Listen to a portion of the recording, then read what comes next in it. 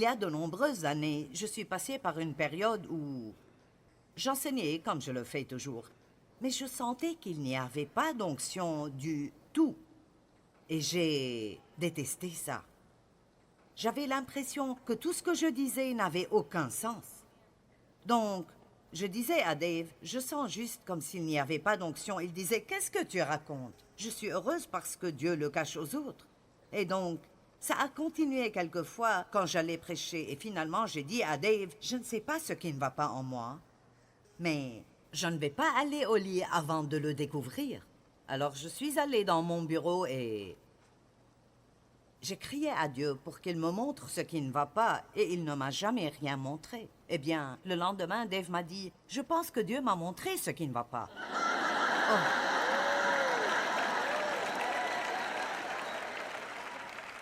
Ne détestez-vous pas absolument quand Dieu fait cela? Je ne veux pas que tu lui dises ce qui ne va pas. Je veux que tu me dises ce qui ne va pas et que ça reste entre toi et moi.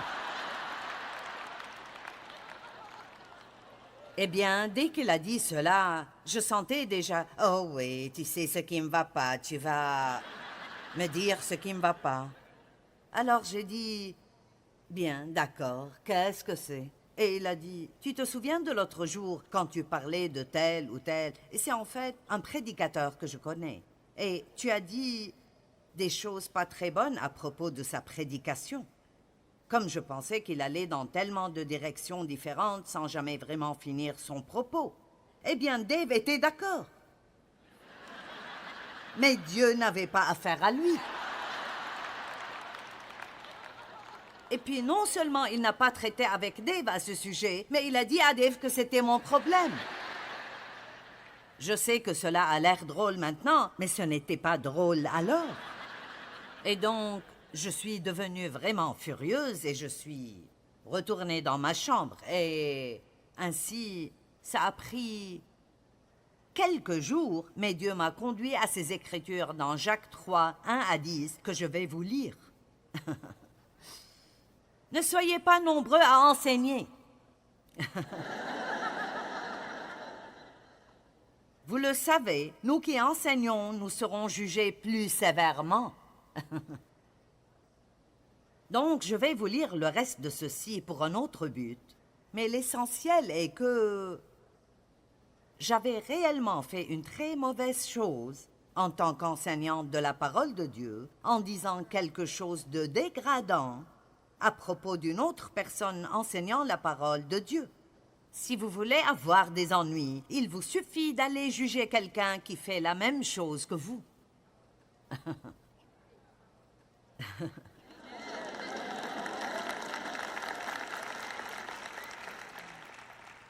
Peut-être que vous êtes l'un des chanteurs principaux de la chorale de l'Église. Et vous avez une belle voix. Quelqu'un d'autre qu'il laisse chanter de temps en temps et vous dites « Ah, ils ne pourraient pas chanter même si leur vie en dépendait. » Eh bien, vous feriez mieux de commencer à vous repentir. Comprenez-vous tous ce que je dis? Je connais un médecin qui dit du mal d'autres médecins et je me dis « Oh, tu ne sais pas ce que tu fais. Il faut faire attention. » Je veux mettre un peu de crainte révérentielle en vous aujourd'hui parce que Dieu n'aime vraiment pas quand nous bavardons et calomnions d'autres personnes. Amen.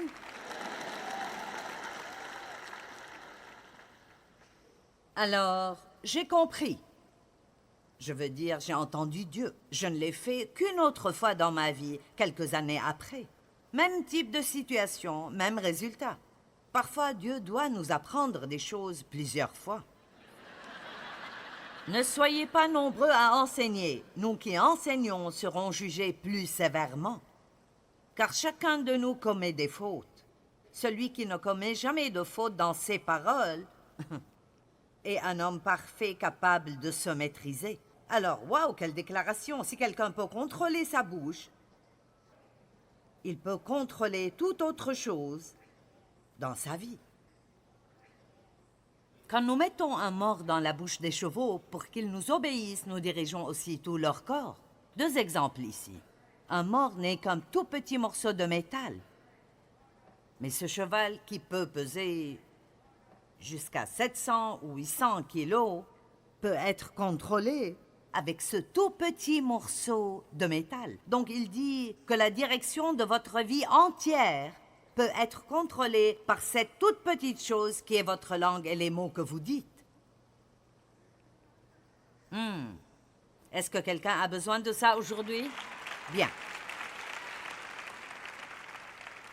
Deuxièmement, pensez encore aux grands bateaux. S'ils sont poussés par des vents violents, il suffit d'un tout petit gouvernail pour les diriger au gré du pilote. Ainsi, le capitaine du navire peut se tenir dans une partie du navire et à la barre donner une direction à ce navire gigantesque avec un petit gouvernail que personne ne peut même voir. Je ne pense pas que nous comprenons.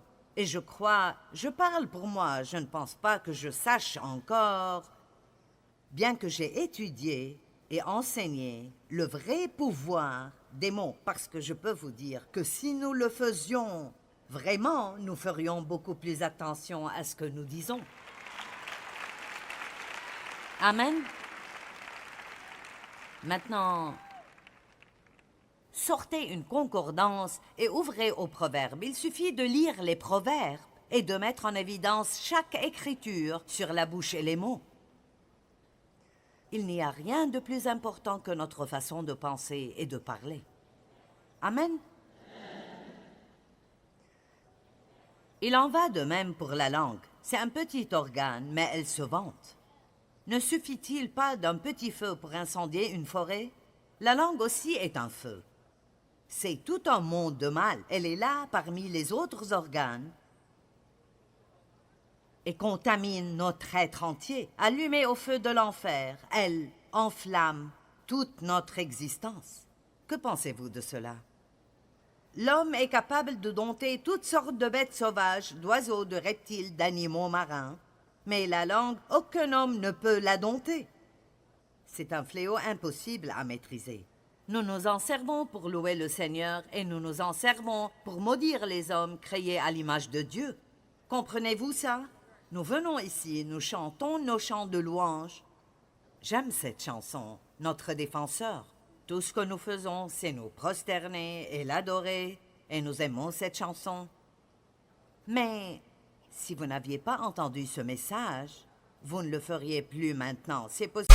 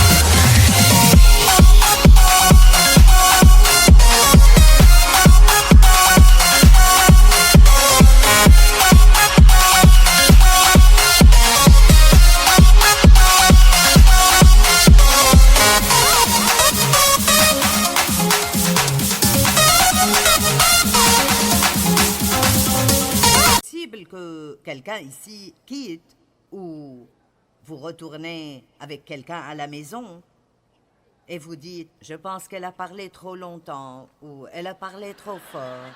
Vous savez, vous savez, peu importe. Nous allions à l'église et ensuite, nous allions déjeuner et invitions le pasteur à déjeuner.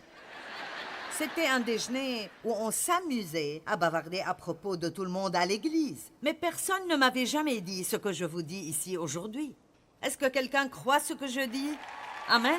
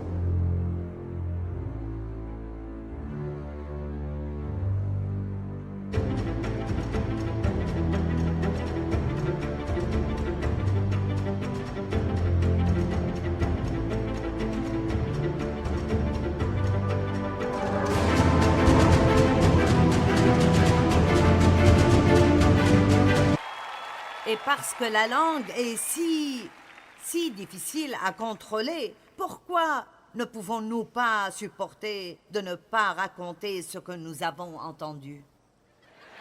Surtout si c'est une mauvaise chose. Laissez-moi vous lire ceci, c'est vraiment bien.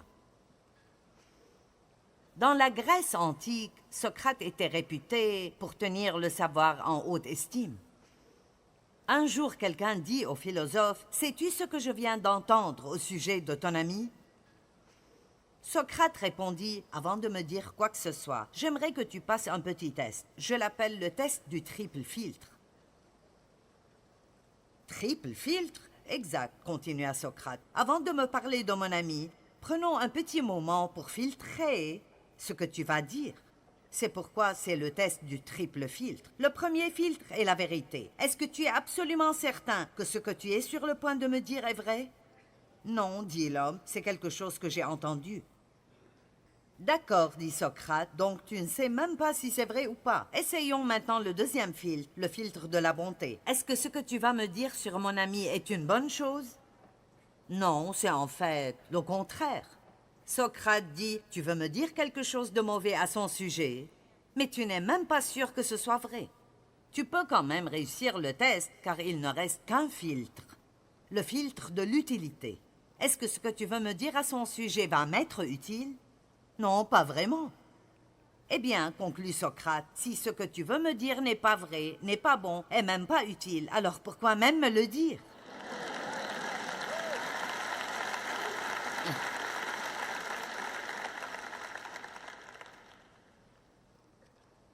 Pensons encore à Jacques 3,2. Car chacun de nous commet des fautes. Celui qui ne commet jamais de faute dans ses paroles est un homme parfait, capable de maîtriser aussi son corps tout entier. Matthieu 12, 34 et 35. C'est de l'abondance du cœur que la bouche parle. Oh, je ne voulais pas dire ça. Eh bien, ça devait être là si c'est sorti. Amen. Et plus vous pensez à quelque chose, plus vous aurez de chances de le dire. Race de vipères, comment pourriez-vous dire de bonnes choses, méchants comme vous l'êtes, car c'est de l'abondance du cœur que la bouche parle. L'homme bon tire de bonnes choses de son bon trésor, et l'homme méchant tire de mauvaises choses de son mauvais trésor. Alors il dit que si vous vous écoutez vous-même, ou si vous écoutez les autres personnes, vous pouvez rapidement découvrir quel genre de personnes elles sont. Écoutez-vous et vous apprendrez à vous connaître.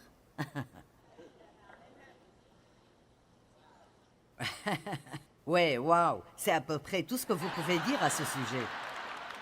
Je veux dire, si vous commérez, vous êtes commère.